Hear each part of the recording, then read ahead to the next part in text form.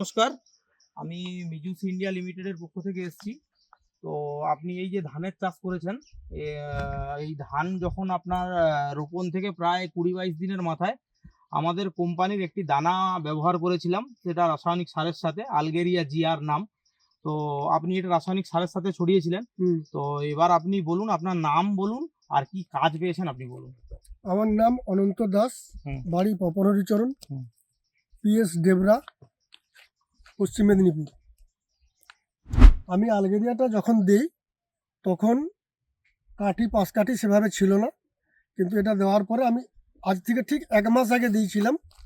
ওটা দেওয়ার পরেই গাছের গ্রোথ দেখলাম এবং শিকড় দেখলাম এবং ৫ কাঠি ভালো ছাড়তে আরম্ভ করলো।